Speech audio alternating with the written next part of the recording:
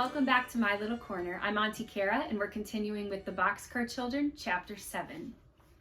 A Big Meal from Little Onions. The next morning, Jessie and Henry talked about the queer noise. They did not tell Violet and Benny. "What do you think it was?" asked Jessie. "Do you think it was a rabbit?" "I don't know," said Henry, "but I think someone was in the woods. I'm glad we weren't hurt. Someone must have stepped on a stick and made it crack." "What shall we do?" asked Jessie. "Nothing," said Henry. "Watch is a good watchdog. He loves us now, and if anyone tried to hurt us, Watch would take care of us. He would do more than growl. But after this, we must not let Benny go into the woods alone." "I'll keep Benny and Violet with me all the time," said Jessie. "Good," said Henry, "and keep Watch with you all the time, too." "Good morning, Benny. Time to get up. Today you must build something for me out of stones." "What is it?"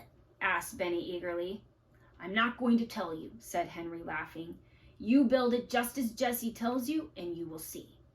Henry was so eager to begin work that he ran all the way to town. The doctor came to the door and smilingly looked him over from head to foot. "My mother will tell you what to do today," the doctor said. "She wants you to work in her garden." Mrs. Moore, the doctor's mother, had a sweet face and looked very kind. "Good morning, Henry," she said. "Do you know how to thin out vegetables?" "Oh, yes," said Henry. "I like to work in a vegetable garden." "I haven't had much time to take care of my garden," Mrs. Moore said. "There, see that?" She pulled out a carrot.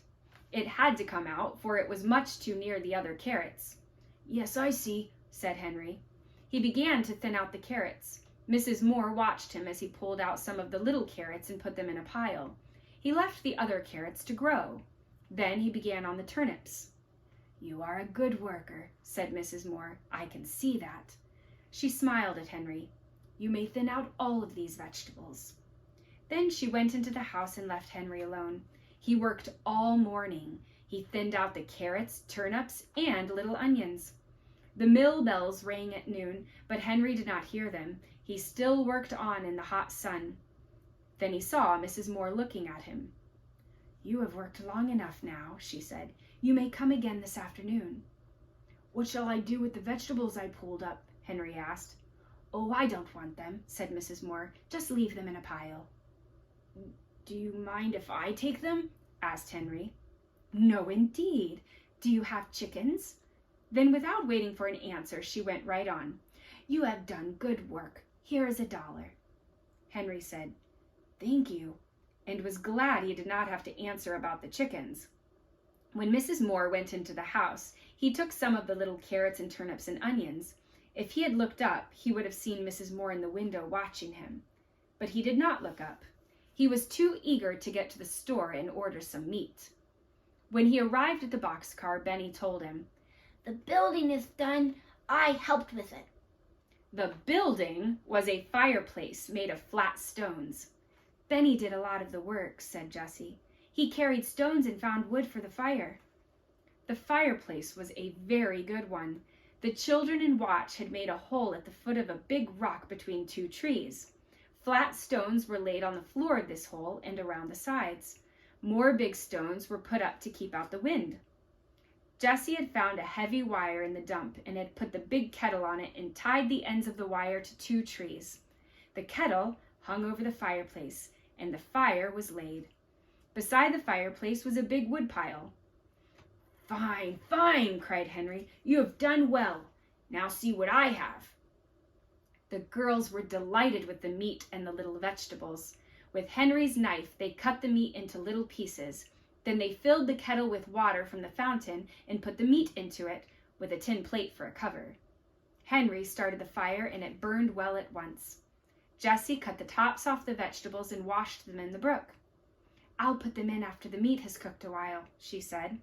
Soon the water began to boil and the stew began to smell good. Watch sat down and looked at it. He sniffed hungrily at it and barked and barked. The children sat around the fireplace eating bread and milk.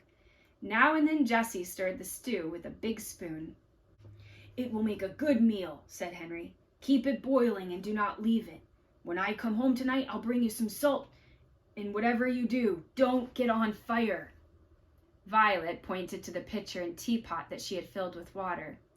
That's to put on Benny or watch if he should get on fire, she said. Henry laughed and went happily on his way. He wished he could stay and smell the stew boiling, but he thought he ought to work, so he went back to Dr. Moore's house.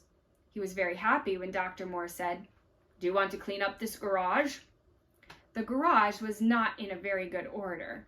Dr. Moore laughed when he saw Henry look around for a broom. "I must go out now," said Dr. Moore. "Just clean this place up." Henry began at once. First, he opened all the boxes. On the biggest box, he painted the word "Tools" with a long-handled brush and a can of paint he had found. On another box, he painted "Nails." Then he picked over the things and put the tools in the toolbox and the nails in the nail box. This was fun for Henry because he liked to get things in order. Henry found a lot of nails that were bent and covered with rust. He put them in his pocket. "I'll ask the doctor for these bent nails," he said to himself. "They are no good to him, but they're fine for me. I can use every nail I can get." Then he washed the floor and washed his paintbrush. When Dr. Moore came home, he found Henry putting brushes, paint cans, and other things on the shelf. My, he cried. He looked at the garage and laughed and laughed. He laughed until his mother came out to see what he was laughing at. "Look, Mother," he said. "Look at those tools. Look at that shelf. Look at my hammers. 1, 2, 3, 4 hammers. Your hammer, my hammer, and 2 other hammers. They were all lost.